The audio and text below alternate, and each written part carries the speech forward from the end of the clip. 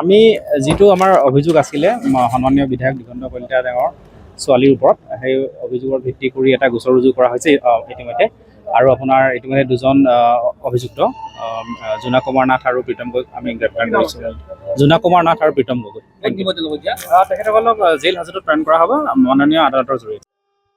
মই এই ক্ষেত্ৰত আমি কামৰূপ আৰক্ষী আৰু কমলপুৰ আৰক্ষী থানাক ধন্যবাদ জ্ঞাপন কৰিছোঁ, কিয়নো বিধায়ক দিগন্ত কলিতাৰ জীয়ৰীক পেলেষ্টাইনৰ সমৰ্থনত পোষ্ট কৰা বুলি যি দুগৰাকী ব্যক্তিয়ে সামাজিক মাধ্যমত অপপ্ৰচাৰ চলাইছিল, মৰিগাঁৱৰ জোনা কুমাৰ নাথ আৰু ডিব্ৰুগড়ৰ প্ৰীতম গগৈ, তেখেতসকলে এগৰাকী পঢ়ি থকা কন্যাক তেখেতসকলে যি অপপ্ৰচাৰ চলাই এই কন্যাগৰাকীৰ মানে মৰ্যাদা হানি কৰিছিলে। তাত বিধায়কগৰাকী অসন্তুষ্ট হৈ বিধায়কগৰাকীক এজাহাৰ দাখিল কৰিছিলে আৰু তেখেতসকলক দুয়োগৰাকীকে কামৰূপ আৰক্ষীৰ সহযোগত কমলপুৰ আৰক্ষী থানাই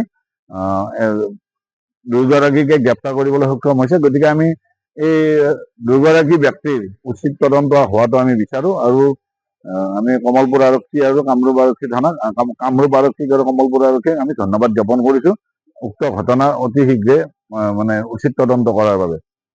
যিকোনো খবৰৰ বাবে যোগাযোগ কৰক 9181307221 আমাৰ এই নম্বৰত।